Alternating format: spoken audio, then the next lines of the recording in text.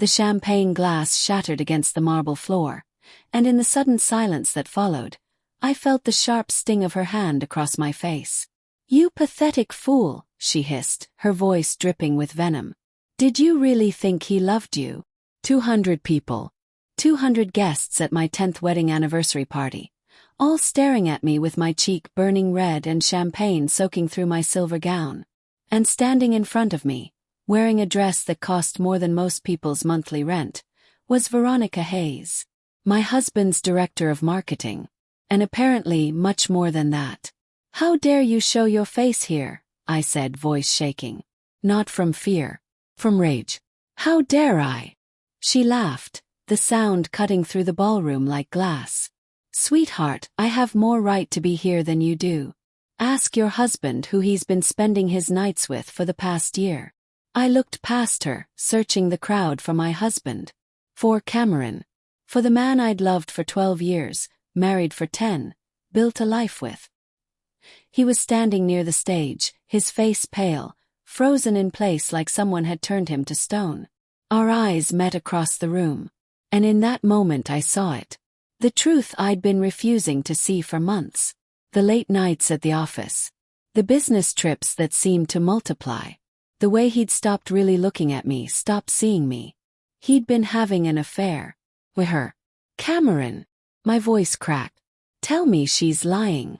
He opened his mouth. Closed it. Opened it again. "Claire, I can explain." "Oh, this should be good." Veronica crossed her arms, a satisfied smile playing on her lips. "Go ahead, Cameron. Explain to your wife why you've been in my bed 3 times a week for the past year. Explain why you told me you were going to leave her. Explain why you said you loved me." The room started spinning. I grabbed the edge of a nearby table to steady myself. Someone in the crowd gasped. Whispers erupted like wildfire. "Everyone out." The voice came from behind me.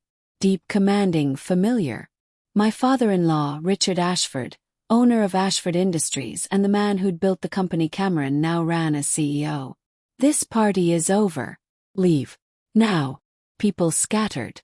Within minutes, the ballroom that had been packed with guests was nearly empty. Only close family remained.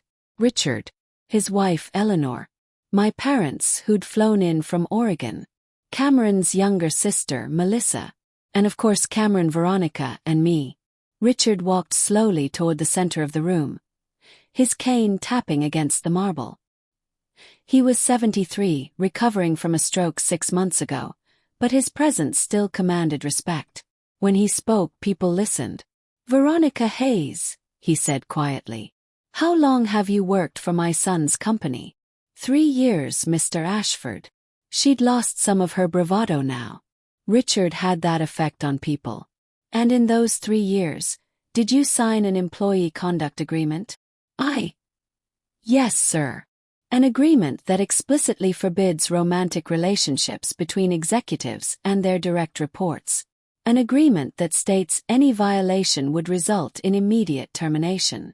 Veronica's face went white. "Sir, I can explain." "No need." Richard pulled out his phone, tapped something and held it up. "I've already called security. They're waiting outside to escort you from the premises. You have 15 minutes to collect your personal belongings from your office before they throw you out." "You can't do this." "Cameron, tell him." She turned to my husband desperately. "Tell him we're together. Tell him you're leaving her for me." Cameron stood there, his mouth opening and closing like a fish gasping for air. He looked at me, then at Veronica, then at his father. He started. "Let me save you the trouble," Richard interrupted. "Cameron, you're a fool. A weak, stupid fool. But you're my son, and I've spent 30 years building a legacy for you. I will not let you destroy it because you couldn't keep it in your pants." "Dad." "Quiet." Richard's voice cracked like a whip. "Veronica, you're fired. Effective immediately. You'll receive 2 weeks severance and nothing more. If you attempt to sue for wrongful termination, I will bury you in legal fees until you're bankrupt. If you speak to the press, I will destroy your reputation so thoroughly that you'll never work in this industry again. Do you understand? Veronica was shaking now, tears streaming down her face. Cameron, please. You said you loved me. You said, get out. This time it was me who spoke. My voice was steady now, cold as ice. You slapped me. You humiliated me in front of everyone I know. And you did it thinking you'd won. But you haven't won anything. You've lost everything. Your job. Your dignity. Whatever future you thought you'd have with my husband. So get out before security drags you out. She looked at Cameron one more time, waiting for him to defend her, to choose her. But Cameron was still frozen, still silent. You're all going to regret this, she spat. Then she turned and ran from the ballroom, her heels clicking frantically against the marble. The silence that followed was deafening. Claire, Cameron finally said, taking a step toward me. I'm so sorry. I never meant for you to find out like this. It was a mistake. Terrible mistake. But I love you. I've always loved you. I stared at him. This man I'd met in college. This man I'd married at 23, young and full of dreams. This man I'd supported through his father's stroke, through the stress of taking over the company, through every late night and early morning. This stranger who'd been sleeping with someone else for a year. How long did you say it's been? I asked quietly. Claire. Wow. Long. A year. Maybe 13 months. 13 months. Over a year. While I'd been planning this anniversary party. While I'd been picking out the perfect gift. A vintage watch he'd been eyeing for months. While I'd been working with the event planner to make tonight perfect. Get out, I said. What? Get out of my sight. Go to a hotel. Go to a friend's house. I don't care where you go, but you're not coming home tonight. Claire, please. Let's talk about this. Let me explain. There's nothing to explain. You had an affair. You lied to me for over a year. You told another woman you loved her while wearing the ring I put on your finger. My voice was rising now. You don't get to explain. You don't get to make excuses. You just get out. Son, Richard said quietly. Do as she says. Give her space. We'll talk tomorrow. Cameron looked around the room at his parents, his sister, my parents, all of them looking at him with varying degrees of disappointment and disgust. Finally, he nodded and walked out. His shoulders slumped. After he left, I stood there in my ruined dress, surrounded by the remains of what was supposed to be a celebration, and tried to remember how to breathe. My mother came to me first, wrapping her arms around me. Oh, sweetheart. I wanted to cry. Wanted to fall apart. But I couldn't. Not yet. First, I needed answers. If this story has you hooked, make sure you hit that subscribe button. What happens next will absolutely shock you, and you won't want to miss how this unfolds. I turned to Richard. You knew, didn't you? About the affair. He didn't deny it. I suspected. About 2 months ago. I hired a private investigator. And you didn't tell me. I wanted proof first. The investigator just delivered his report this morning. He pulled an envelope from his jacket pocket. I was planning to give this to you privately after the party. But then she showed up and forced the issue. I took the envelope with shaking hands. Inside were photos. Cameron and Veronica at restaurants, hotels, getting into cars together, kissing in parking garages. 13 months of lies, documented in glossy 8x10s. Why did you wait? Yes. 2 months is a long time. Because I needed to understand the extent of it. Whether it was just an affair or something more. Richard's jaw tightened. Turns out it was something more. Veronica wasn't just sleeping with my son. She was stealing from the company. That made me look up. What? Client lists. Proprietary software. Marketing strategies. She's been feeding information to Meridian Corp, our biggest competitor. I have evidence of at least 12 separate instances of corporate espionage over the past 8 months. Why would she do that? Money, presumably. Meridian's been trying to poach our top talent for years. They probably paid her handsomely for insider information. He paused. But there's more. The investigator found communication between Veronica and a lawyer.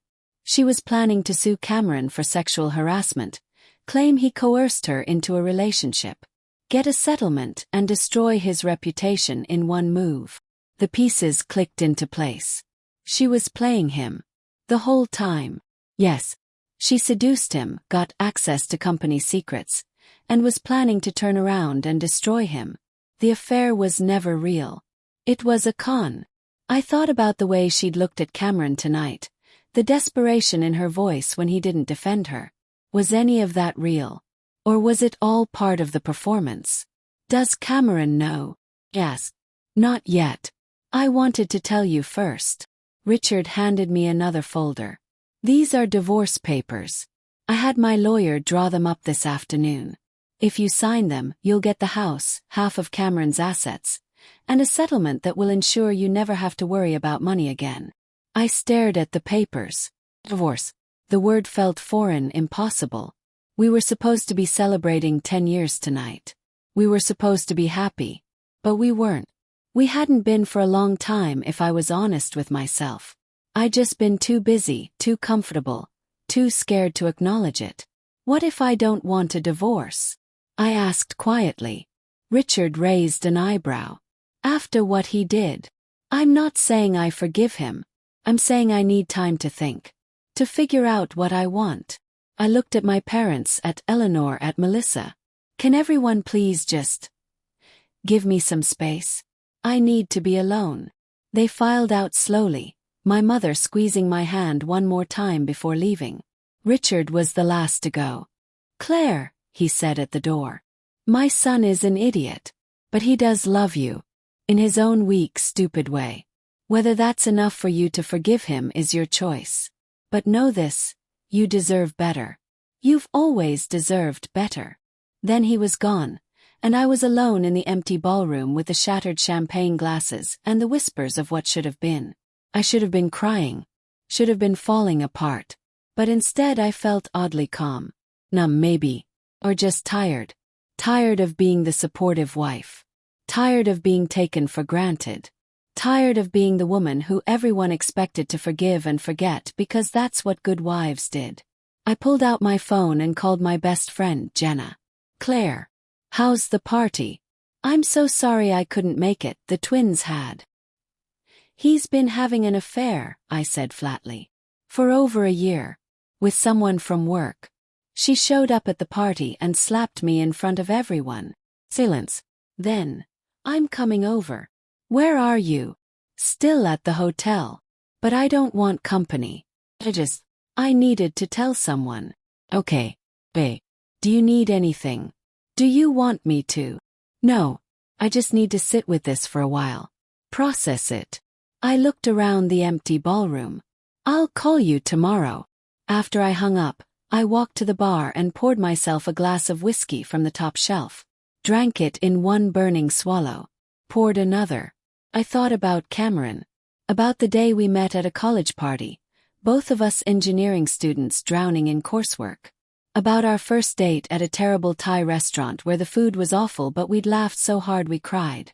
About our wedding day, when he'd cried during his vows and told me I was his whole world. When had that changed? When had I stopped being his world and started being just there? The reliable wife. The one who'd always be waiting at home while he worked late. The one who didn't question or complain or demand more. I'd made myself small for him. Convenient. Easy.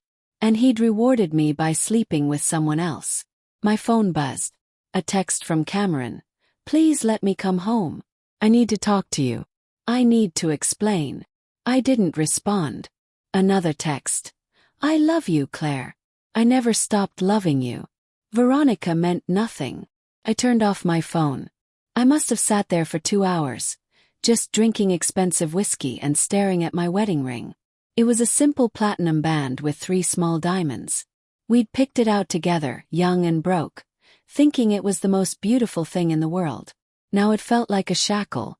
I was pulling it off when I heard footsteps. I turned, expecting to see hotel staff coming to clean up. Instead, I saw Melissa, Cameron's sister. I told everyone I had to use the bathroom, she said, sitting down next to me. But I actually wanted to check on you. I'm fine. You're drinking alone in an empty ballroom after finding out your husband had an affair. You're not fine. I couldn't argue with that. What do you want, Melissa? To apologize. On behalf of my idiot brother. She poured herself a glass of whiskey. And to tell you that if you divorce him, I'll understand. Hell, I'll help you pack his stuff. You're supposed to be on his side. Family loyalty and all that. Family loyalty doesn't mean defending the indefensible. She drank, made a face. God, that's strong. Look, Claire, I love my brother. But he's always been weak when it comes to pressure. Dad puts all this expectation on him. The company is struggling more than anyone admits. And instead of talking to you, instead of asking for help, he ran to someone who made him feel like a hero. Like he was succeeding at something.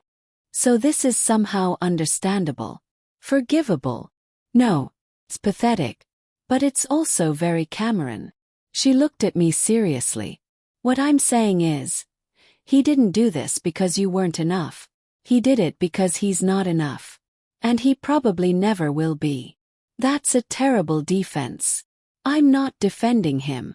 I'm just trying to give you context so you can make the right decision. And what's the right decision? Only you know that. Melissa stood up.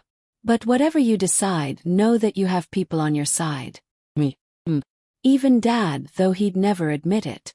You're more family to us than Cameron deserves.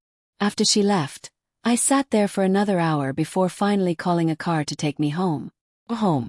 The house we'd bought 3 years ago.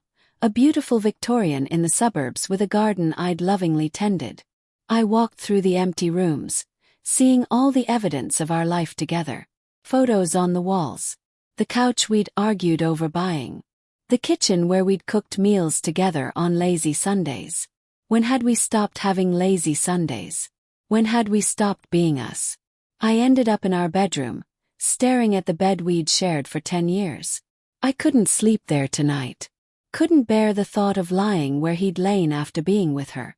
So I went to the guest room and fell asleep in my ruined anniversary dress, still clutching the envelope of photos that proved my marriage was a lie.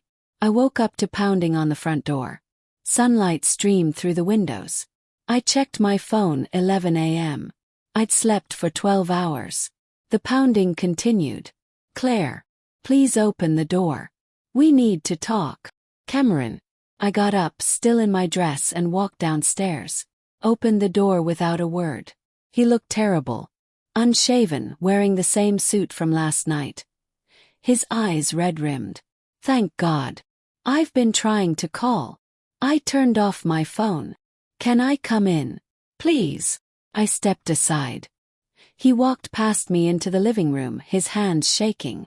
I'm sorry, he said immediately. I'm so sorry. I never meant to hurt you.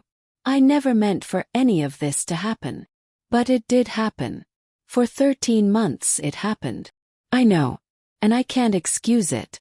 Can't explain it in a way that makes sense. He ran his hands through his hair. The company's been struggling. Dad's been breathing down my neck about numbers, about performance. And Veronica, she was just there. She made me feel competent, successful, like I was good at something. And I didn't. You did. You do. But, he trailed off. But what, Cameron? But you've known me since college. You've seen me fail, seen me struggle. Veronica only saw the CEO, the successful businessman. With her, I could pretend I was more than I am. So you're saying I know you too well? That's your excuse. No. I'm saying I was weak and stupid and I made the worst mistake of my life. He dropped to his knees in front of me. Please, Claire. Please give me another chance. I'll do anything. Therapy, counseling, whatever you want. Just don't leave me. I looked down at this man begging on his knees. Part of me wanted to forgive him. To go back to the comfortable life we'd built. To pretend this never happened. But the other part, the part that had spent all night thinking, knew that wasn't possible. Your father told me about Veronica's plan, I said quietly. About the corporate espionage. The lawsuit she was planning. Cameron's face went pale. What? She was using you. The whole affair was a setup to destroy you and steal from the company. She never loved you. She was playing a long con. He sat back on his heels, looking like I'd punched him. That can't be true. Your father has proof. Documentation. She's been selling company secrets to Meridian Corp for 8 months. I watched his face crumble. So not only did you betray me for someone who didn't care about you, you almost destroyed your family's company in the process. Oh God! He put his head in his hands. Oh God, what have I done? You trusted the wrong person. You made terrible choices. And you broke our marriage. It can be fixed. I can fix this. Can you? I moved away from him, creating distance. Because I don't think you can, Cameron. I think we're too broken. We've been broken for a long time, and I've just been too scared to admit it. Don't say that. Please don't say that. Turn on those post notifications because what Claire decides next will surprise everyone, including herself. I need time, I said. Time to think about what I want, what I deserve. And you need to focus on the company, on fixing the damage Veronica caused. How long? How much time? I don't know. Weeks, maybe months. But Cameron, you need to understand something. Even if I decide to stay, things will never go back to how they were. That marriage is dead.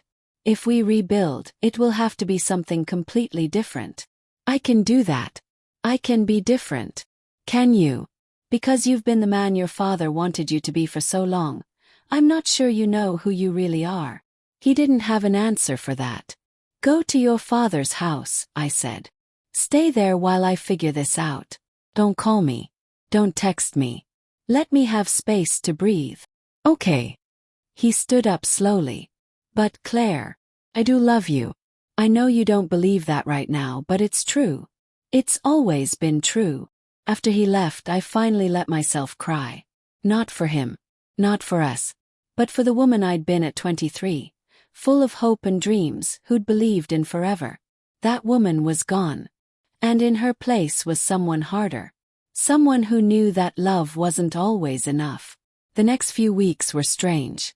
I took a leave of absence from my job as a software engineer at a tech startup. Couldn't focus on code when my whole life was falling apart. Instead, I spent my days walking in the garden, reading, thinking. Richard called me twice. The first time to tell me that Veronica had tried to sue for wrongful termination but had dropped the case when he threatened to prosecute her for corporate espionage. The second time to invite me to lunch. How are you holding up? He asked over expensive sushi at his favorite restaurant. I'm existing. That's about all I can manage right now. Have you thought about the divorce papers? Every day. And I don't know. Picked at my food. Part of me wants to burn everything down and start over. But the other part still loves him, Richard finished. Despite everything. Yeah. That's the hardest part about betrayal. The love doesn't just disappear because you want it to. He was quiet for a moment. Eleanor had an affair. 20 years ago. I stared at him. What? She was lonely. I was working too much, building the company. She met someone at her book club. It lasted 6 months before I found out. He took a sip of sake. I almost divorced her. Had the papers drawn up and everything. What changed your mind? She did. She fought for our marriage in a way she'd never fought for anything. Went to therapy. Made me go to therapy. Demanded I actually be present in our life together. He smiled slightly. It took years, but we rebuilt. And honestly, our marriage is stronger now than it ever was before. So you're saying I should forgive Cameron? I'm saying that betrayal doesn't have to be the end. It can be a beginning if both people are willing to do the work. But, and this is crucial, both people have to want it. Both people have to be willing to change. If Cameron thinks he can just apologize and go back to who he was, you'll end up here again in 5 years. How do I know if he's willing to change? You don't. Not yet. But you'll see it in his actions, not his words. Watch what he does, not what he says. That conversation stuck with me. Over the next weeks, I did watch Cameron's actions. And they surprised me. He didn't call or text beyond one message a week. "I'm here when you're ready to talk." He moved into an apartment instead of staying with his parents, giving me true space. He started therapy. I knew because Melissa told me, not because he did. He threw himself into fixing the damage at the company. According to Richard, he was working 16-hour days, personally reaching out to every client Veronica had compromised, rebuilding trust. And he sent flowers once a week. Not roses or anything romantic. Sunflowers. My favorite. With no card, no message. Just the flowers. 6 weeks after the party, I finally called him. "Claire." He sounded surprised. Hopeful. "I want to talk. In person. Can you meet me at the house tomorrow?" "Yes, course." "What time?" 2 o'clock. He arrived at 1:45, nervous, holding coffee from my favorite cafe. "I remembered you like the hazelnut latte." "Thank you." I took the coffee, led him to the living room. We sat on opposite ends of the couch, the space between us feeling like miles. "You look good," he said. "Better." "Are you sleeping?" "You look terrible." "I am terrible. Haven't been sleeping. Haven't been eating much." He tried to smile. "Turns out guilt isn't great for the appetite." "Cameron, I need to know something. And I need you to be completely honest. Anything. Did you love her?" He was quiet for a long moment. "I thought I did. In the moment I thought what I felt was love. But now, looking back, I was infatuated. I loved how she made me feel. But I didn't love her. And me. Do you love me? More than anything. More than I knew how to express." His voice cracked. "Claire, these past 6 weeks without you have been the worst of my life. Worse than when Mom got sick. Worse than when Dad had his stroke.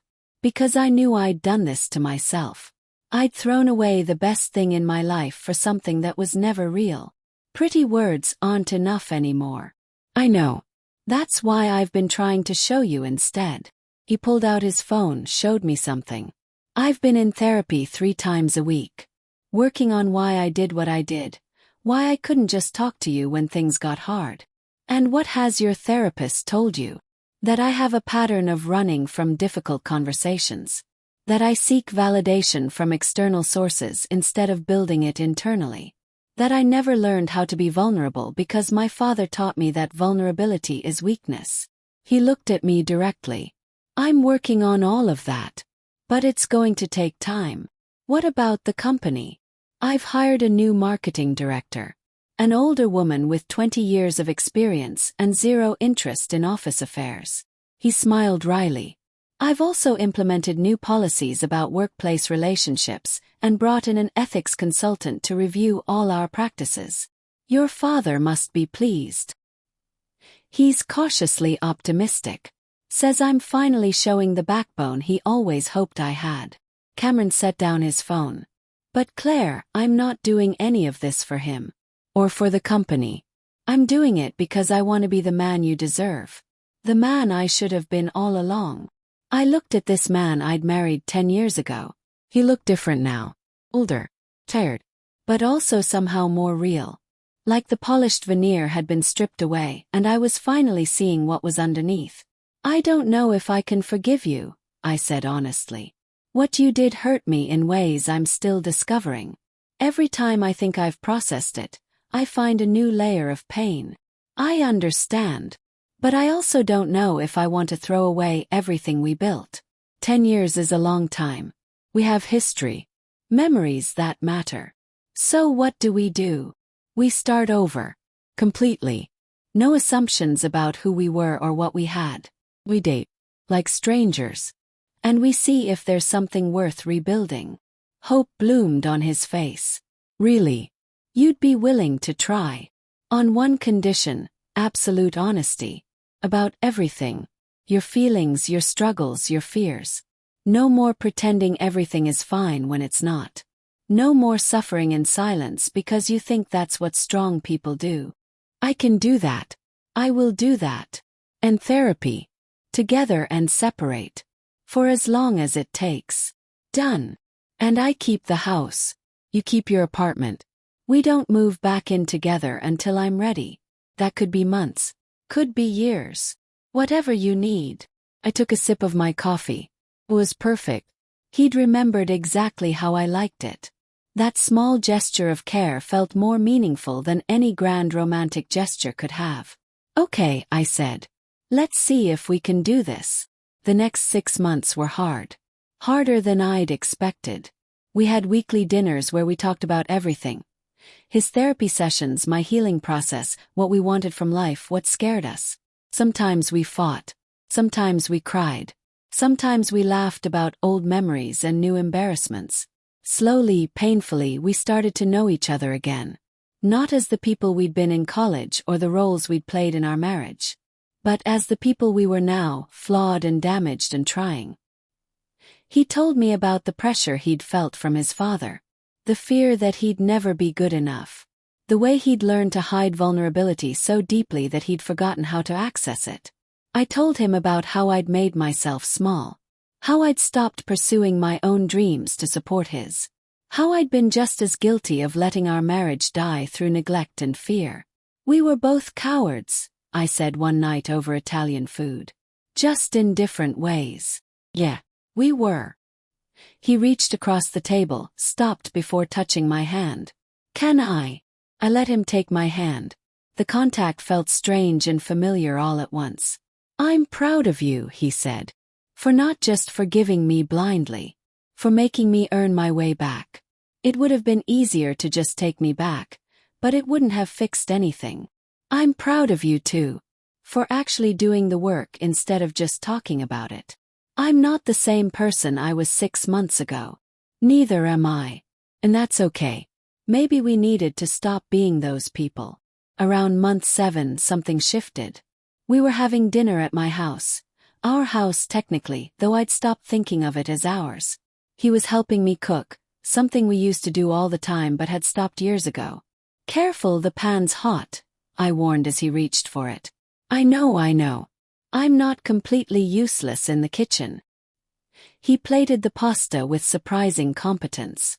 I've been practicing. Turns out cooking is therapeutic. We ate on the back porch, watching the sunset paint the sky in shades of orange and pink. The garden I'd neglected during my grief had come back to life. Flowers bloomed everywhere. This is nice, Cameron said quietly. Just this. Being here with you. Yeah, it is. I miss you. Miss this. Miss us. He set down his fork. I know I said I'd be patient. That I'd wait as long as it takes. And I meant that. But Claire, I need you to know that what I really want, is to come home. To you. To this. To us. I looked at him. Really looked at him. And for the first time in 7 months, I didn't see the man who'd betrayed me. I saw the man who'd fought his way back. Who'd done the work. Who'd proven through actions, not words, that he was different. Okay, I said. Okay. Okay, you can come home. Not tonight. Not even this week. Soon. Let's start planning it. Figure out what that looks like. He started crying. Actually crying. Thank you. Thank you for giving me another chance. Thank me by never making me regret it. I won't. I swear I won't. If you're still with me at this point, please hit that like button and subscribe. Because what happens at the 1-year mark of this story will show you that sometimes, the hardest journeys lead to the most beautiful destinations. Cameron moved back home 3 weeks later. We had a small dinner to celebrate. Just us, his parents, my parents, and Melissa. No grand party. No pretense. Just family trying to heal together. To second chances, Richard toasted, raising his glass. And to 2 people brave enough to take them. We clinked glasses. Eleanor smiled at me across the table. And I remembered what Richard had told me about her own affair. How they'd rebuilt. How they'd survived. Maybe we would too. The first few months of living together again were awkward. We had to learn each other's routines again. Had to navigate sharing space after being apart. Had to remember how to be married instead of just dating. But we kept going to therapy. Kept talking. kept being honest even when it hurt. And slowly things got better. Not perfect, not like they were before, but better in a different way. More real, more sustainable. I went back to work, found joy in coding again. Cameron and I started cooking together every Sunday, reclaiming that tradition we'd lost. We laughed more, fought less, and when we did fight, we fought fair. No deflecting, no shutting down, just honest, difficult conversations about real problems. 1 year after the anniversary party disaster, we planned another party. Not as big, not as fancy, just 50 people we actually cared about. Friends and family who'd supported us through the worst year of our lives. I wore a simple blue dress. Cameron wore jeans and a blazer. We stood in our backyard, surrounded by the garden I'd brought back to life, and he made a speech. A year ago, I made the worst mistake of my life.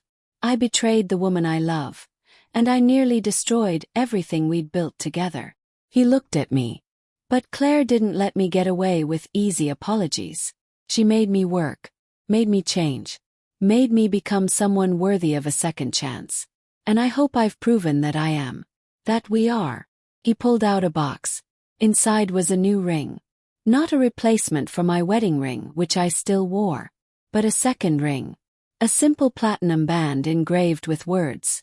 Choose me. I choose you. Will you marry me again? He asked. Not because of who we were, but because of who we're becoming. I looked at this man who'd broken my heart and put in the work to heal it.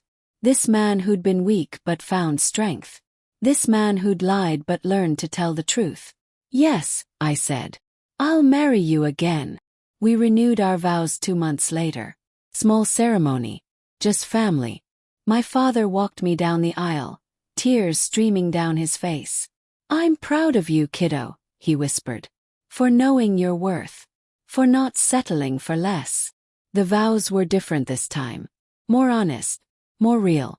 I promise to be vulnerable with you, Cameron said. To tell you when I'm struggling instead of running away. To choose us even when it's hard. I promise to speak my truth, I said. To not make myself small. To build a life with you, not just for you. When we kissed, it felt like a beginning. Not a return to what was, but a step toward what could be.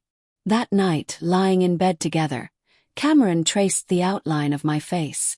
Do you think we'll make it? Long term. I don't know. But I think we have a better chance now than we ever did before. Because we're honest. Because we're real. We're not pretending to be perfect anymore. We're just trying to be good enough. I love you, Claire. The real you. The one who doesn't let me get away with bullshit. I love you too. The real you.